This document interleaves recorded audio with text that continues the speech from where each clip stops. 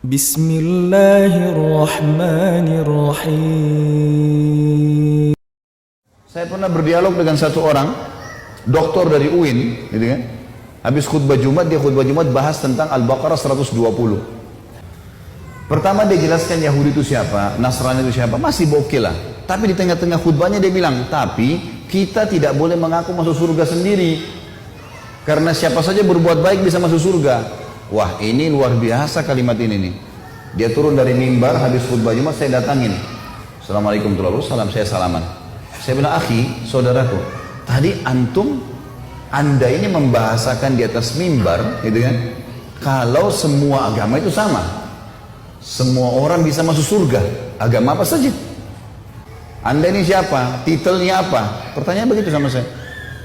Saya bilang, saya Khalid Basalamah, nggak usah tanya titel, saya nggak jauh dari anda kok. Nah, waktu itu saya lagi disertasi S3, gitu kan? Saya bilang bukan masalah jual titel di sini. Saya mau tanya pendapat anda pribadi. Anda seorang dokter dalam Islam kan? Ngajar di UIN. Baik.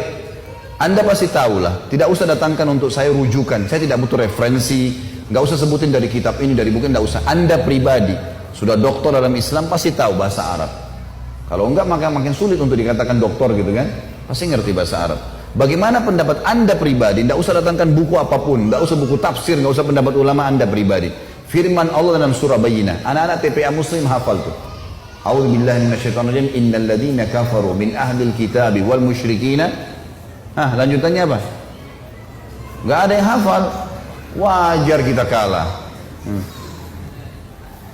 Innal ladzina kafaru min ahlil kitabi wal musyrikina fi nari jahannam khalidina fiha.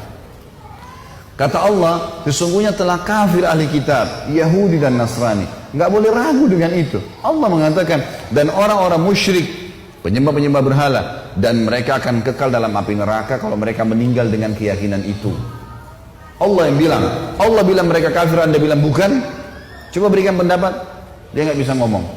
Terus saya bilang lagi, bagaimana pendapat anda pribadi dengan hadis Nabi Muhammad SAW, riwayat Imam Muslim. Hadis sahih kata Nabi, tidak ada seorang pun dari Yahudi, Nasrani, Majusi ini penyembah api, penyembah berhala, yang mendengarkan saya diutus menjadi Nabi, lalu tidak beriman pada risalah yang saya bawa, kemudian meninggal dalam keyakinan itu, kecuali masuk neraka.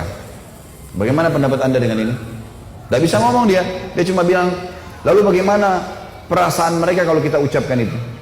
Saya ketuk lantai masjid, saya bilang ini bukan masalah perasaan saudaraku, ini masalah keyakinan. Anda menyebarkan keyakinan yang salah. Kalau semua agama sama, saya sama anda pindah Nasrani aja enak, nyanyi-nyanyi seminggu sekali masuk surga.